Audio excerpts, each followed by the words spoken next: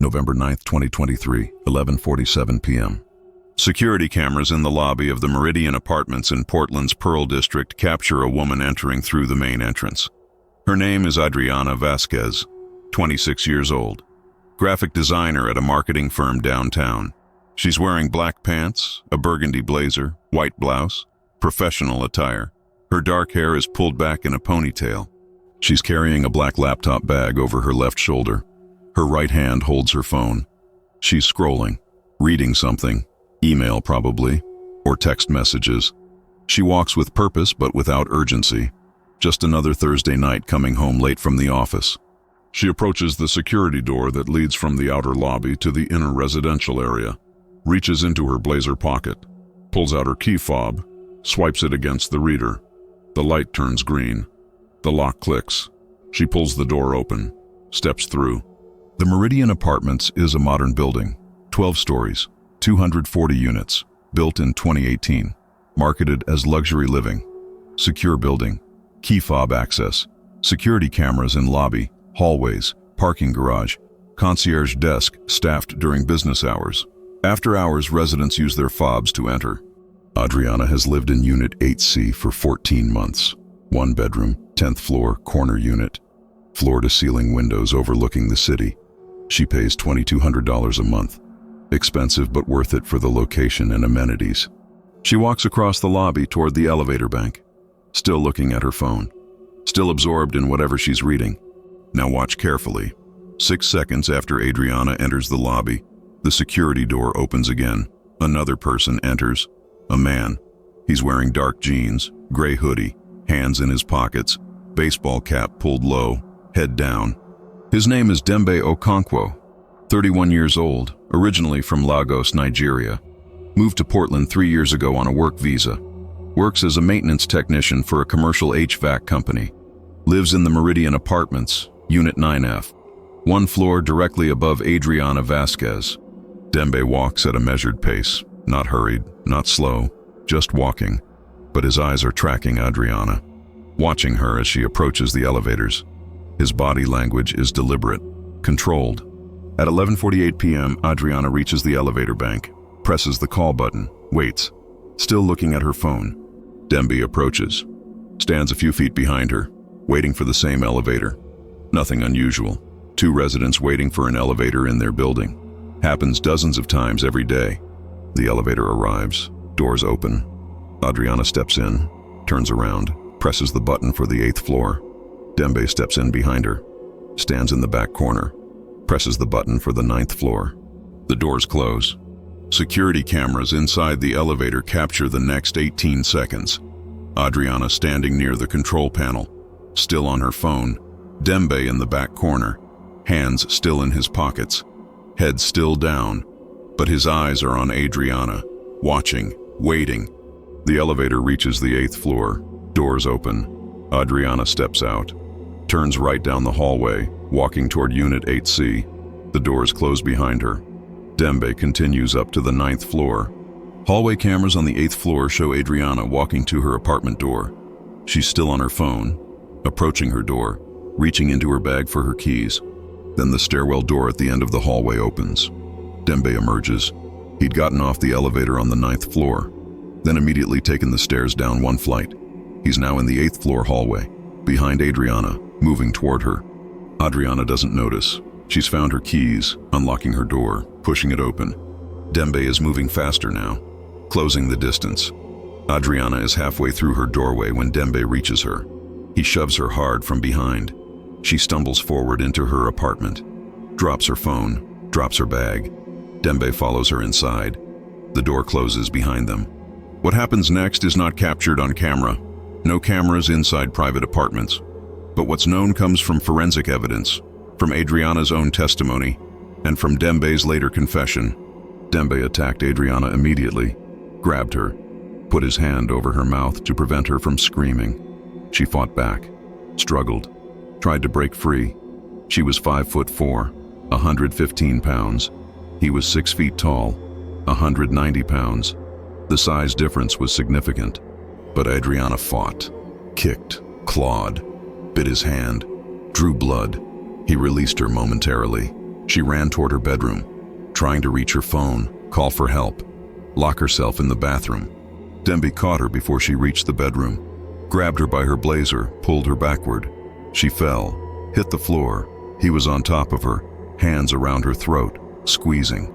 Adriana couldn't breathe, couldn't scream. She scratched at his arms, his face, anywhere she could reach, desperate, fighting for her life. Then she remembered something. A self-defense class she'd taken 2 years ago. The instructor had said if someone is choking you from above, go for their eyes. Adriana reached up, drove her thumbs into Dembe's eyes, hard as she could. He screamed, released her throat, covered his face with his hands. Adriana rolled away, gasped for air, stumbled to her feet, ran to the door, unlocked it, pulled it open, ran into the hallway.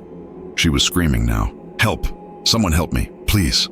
Her voice hoarse from being choked, but loud enough. Doors opened. Neighbors looked out, saw Adriana, her blazer torn, hair disheveled, red marks on her neck, blood under her fingernails. She collapsed in the hallway. Dembe appeared in her doorway, saw the neighbors, saw people with phones calling 911. He ran, not toward the elevator, toward the stairwell, took the stairs up, back to the 9th floor, back to his apartment. Police arrived within 4 minutes, paramedics right behind them. Adriana was conscious, traumatized, but alive. She gave a description. The man who attacked her. He lived in the building. She'd seen him before, in the elevator, in the lobby. She didn't know his name, but she'd seen him. Building security provided access to all camera footage. Police reviewed it. Saw Adriana entering the lobby. Saw Dembe entering 6 seconds later. Saw them in the elevator together. Saw Dembe take the stairs down to the 8th floor. Saw him approach Adriana at her door. Saw him push her inside. They had him on camera, clear footage, face visible, actions documented. Now they just needed to identify him. Building management provided a list of residents. Police started knocking on doors, asking if anyone had seen or heard anything. When they reached the 9th floor, they knocked on Unit 9F, Dembe's apartment. He answered. Police asked if he'd heard any disturbance. He said no, been asleep, didn't hear anything. Police noticed scratches on his face, fresh scratches. Asked how he got them. He said his cat. Police asked to see the cat. Dembe said the cat ran away, out the window, just tonight. Police asked Dembe to come down to the station, answer some questions. He agreed, said he wanted to help, rode in the patrol car willingly. At the station, detectives showed Dembe the security footage, asked him to explain. Why did he follow Adriana? Why did he take the stairs down to her floor? Why did he push her into her apartment? Dembe said nothing, requested an attorney. Interview ended. Police arrested him, charged with attempted murder, burglary, assault. He was held without bail, too dangerous, too much evidence, flight risk given his immigration status. Before we continue with the investigation and trial, if cases like this matter to you, make sure you're subscribed and hit that notification bell. We cover real cases showing how investigations work and how justice is served. Hit like if you think Adriana's story deserves to be told. Comment your thoughts. Because this is real, and what came out in the investigation revealed this wasn't random. This was planned. Detectives began building their case. They needed to understand motive. Why did Dembe target Adriana? Was this random, opportunistic, or something else? They started with Dembe's background, ran his history, found he'd emigrated from Nigeria in 2020, entered on a work visa, got a job with an HVAC company, lived in a few different apartments before moving into the Meridian in March 2023, 8 months before the attack. His work record was clean, no complaints, showed up on time, did his job, quiet, kept to himself. His employer said he was reliable but not particularly social, didn't make friends with co-workers, just worked and went home. Detectives interviewed Dembe's co-workers, asked if he'd ever mentioned Adriana, talked about women in his building, expressed any concerning behavior. Most said no. He barely talked to anyone. But one co-worker remembered something. About 2 months before the attack, Dembe had mentioned a woman in his building, said she was beautiful, said he wanted to ask her out but didn't know how. The co-worker had encouraged him, said just introduce yourself, be friendly, see if she's interested. Dembe had nodded, said maybe he would. Detectives interviewed Adriana, Asked if Demby had ever approached her, tried to talk to her, made any advances. She said no, never. She'd seen him in passing, in the elevator a few times, in the lobby, but he'd never spoken to her, never even made eye contact that she'd noticed. But then she remembered something. About a month before the attack, she'd gotten a friend request on Facebook from someone with a generic name, no profile picture, no mutual friends. She'd ignored it, didn't think much of it. Detectives requested access to Adriana's social media, got a warrant, pulled the friend request history, found the account that had requested her, created in July 2023. No posts, no photos, just sent friend requests to one person, Adriana Vasquez. They traced the account. IP address led to the Meridian Apartments, specifically to the 9th floor, to Unit 9F, Demby's apartment. They got a warrant for Demby's apartment, searched it on November 11th, found his laptop, his phone. Forensic analysis showed the Facebook account had been created from his devices. He'd been viewing Adriana's profile regularly, looking at her photos, her posts, learning about her. They found something else, a notebook, handwritten notes, dates, times, observations. October 15th. She leaves for work at 8:15 a.m., returns around 6 p.m. October 22nd. She went to the gym after work, came home at 8:30 p.m. November 3rd. She worked late, came home at 11:20 p.m. November 9th. Still at work at 11 p.m. Demby had been documenting Adriana's routine, tracking her schedule, learning her patterns. The November 9th entry was the night of the attack. He'd been watching, waiting for her to come home late, waiting for an opportunity when the hallways would be empty, when there would be fewer witnesses. This wasn't random, this wasn't opportunistic, this was planned, stalking, premeditation. Detectives found more. Google searches on Demby's laptop. How to approach a woman you like. How to make a woman notice you. What to do if a woman rejects you. The searches grew darker. How to break into an apartment. How to disable security cameras. How long does forensic evidence last? The timeline was clear.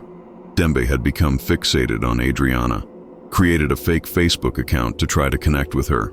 When she didn't respond, he started stalking her, documenting her routine, planning an approach. On November 9th, he saw his opportunity. She worked late, came home after midnight. The building would be quiet, most residents asleep. He waited in the lobby, timed his entrance so he'd be in the elevator with her, followed her to her floor, attacked her at her door. If Adriana hadn't fought back, hadn't escaped, what would have happened? The prosecution would argue at trial that Demby intended to kill her. The attempted murder charge was supported by the fact he'd choked her. Hands around the throat indicate intent to kill, not just harm. Demby's defense attorney tried to argue this was a misunderstanding, that Demby had wanted to talk to Adriana, to ask her out, that when she rejected him, he panicked.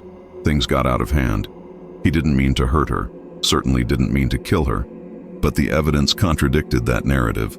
The stalking, the notes documenting her schedule, the internet searches, the fact he'd waited in the lobby, followed her, pushed his way into her apartment, put his hands around her throat. This wasn't a conversation gone wrong. This was an attack. The trial began in June 2024. Prosecution presented their case methodically, security footage showing the timeline, forensic evidence from Adriana's apartment, her testimony describing the attack, the notebook with surveillance notes, the internet search history, expert testimony about stalking behavior and escalation patterns. Adriana testified. It was difficult, emotional.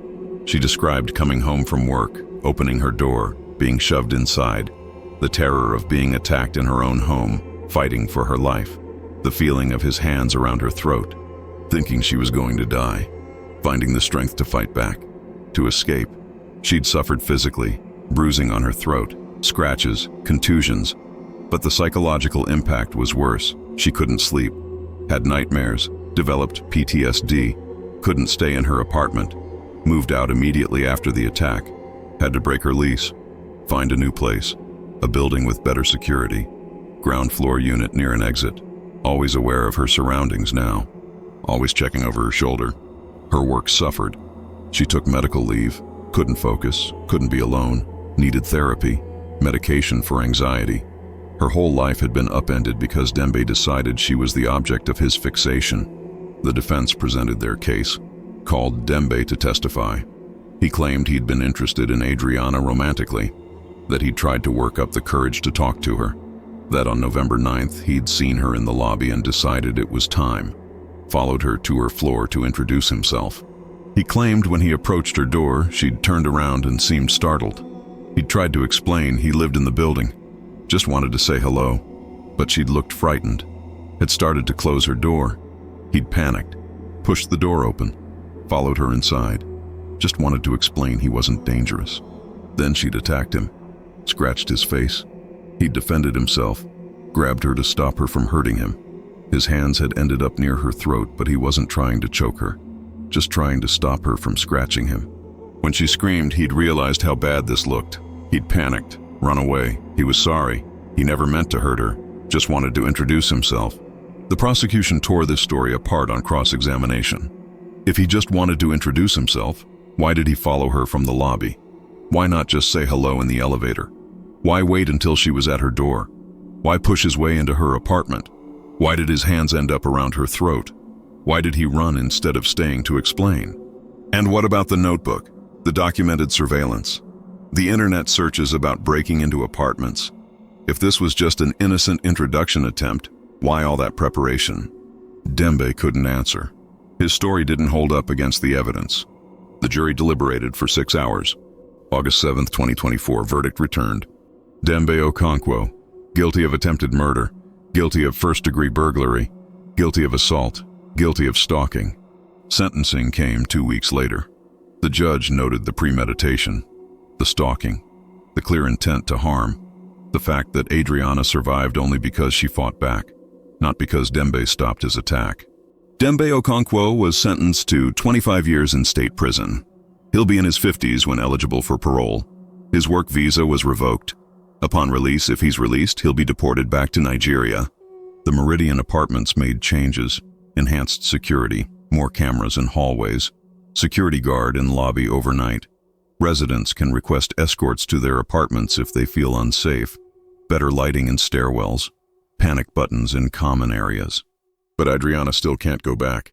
The trauma is too deep. Even seeing the building triggers anxiety. She found a new apartment, new neighborhood. Trying to rebuild her sense of safety, she became an advocate, speaks about stalking, about the signs, about the importance of trusting your instincts. She'd seen Dembe around the building but never thought much of it. He seemed harmless, quiet, just another resident. She never imagined he was documenting her routine, planning an attack. She wants other women to know. Pay attention to people who seem to show up too often, who seem to be in the same places you are repeatedly, who watch you, even if they don't approach. That behavior itself is a warning sign. If this case affected you, hit that subscribe button. Leave a comment. Share your thoughts on building security and stalking prevention. This channel covers real cases, shows how investigations work, honors survivors by telling their stories, advocates for awareness and safety. Hit like if you think Adriana's story matters. Share if you think people need to understand that stalkers can be neighbors, can be people you see regularly but never really notice. Dembe Okonkwo fixated on a woman he'd never spoken to, created a fantasy relationship in his mind.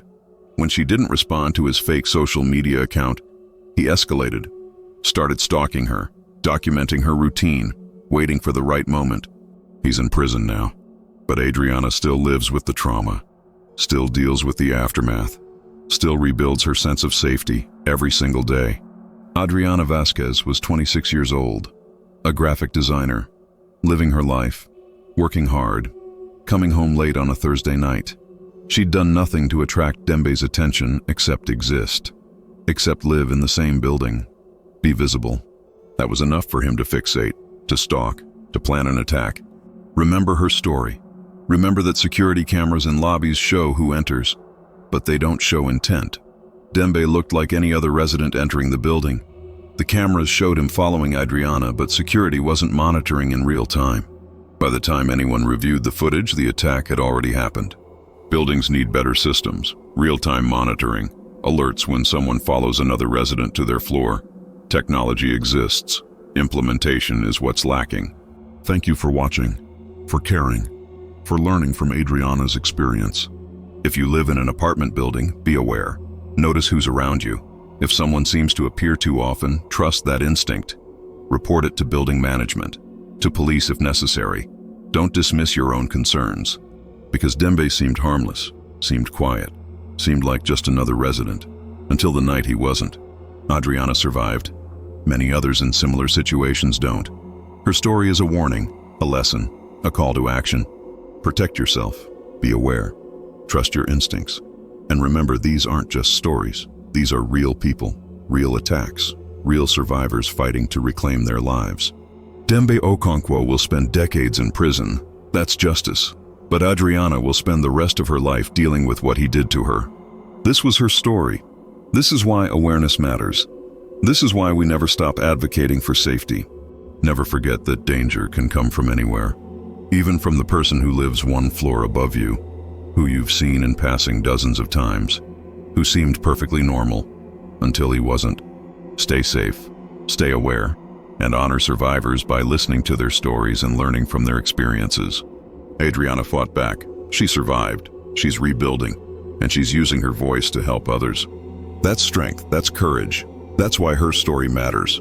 Thank you for watching, for caring, for remembering that behind every case is a real person who deserves respect, dignity, and justice. Adriana Vasquez, survivor, advocate, fighter. Her story could have ended differently. It didn't because she refused to give up. Remember her name, remember her story, and remember that security cameras show who enters the lobby. But safety requires more than cameras. It requires awareness, vigilance, community, people looking out for each other. The Meridian Apartments failed Adriana that night, not because the cameras didn't work. They did. They recorded everything, but no one was watching in real time. No one saw Dembe following her. No one intervened until it was too late. Other buildings can learn from this, implement better systems, monitor in real time, train staff to recognize suspicious behavior, create protocols for residents who feel unsafe. Because Adriana did everything right. She lived in a secure building, used her key fob, went straight to her apartment, and still she was attacked.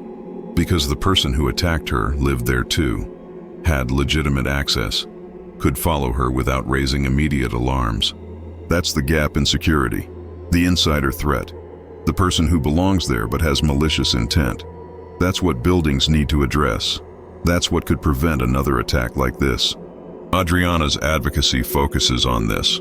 She works with apartment complexes, security companies, law enforcement, teaching them about stalking patterns, warning signs, how to identify someone who's watching, following, documenting. She's turning her trauma into purpose, using her experience to protect others, making sure Dembe's attack wasn't meaningless, making sure something good comes from something terrible. That's heroism. That's survival. That's why we tell these stories. Not to sensationalize violence, not to exploit trauma, but to learn, to improve, to prevent, to honor survivors by amplifying their voices and their messages. Adriana Vasquez survived an attempted murder. She fought back, she escaped, she testified, she got justice. And now she's making sure others don't have to go through what she went through. That's why her story matters. That's why we remember. That's why we share. Thank you for watching, for learning, for caring about survivors and their stories. Adriana made it home that Thursday night. The lobby cameras showed her arriving, but she never made it safely inside her apartment because someone was waiting, someone who'd been watching, someone who'd been planning. She survived. She's rebuilding, she's advocating, and her story is saving lives. Remember Adriana Vasquez, survivor, fighter, voice for change. Justice was served, Dembe is in prison, and Adriana is still standing, still fighting, still making a difference. That's the ending that matters, not the attack, but the survival, the strength, the purpose found in tragedy. This was Adriana's story. This is why we tell it. This is why we remember.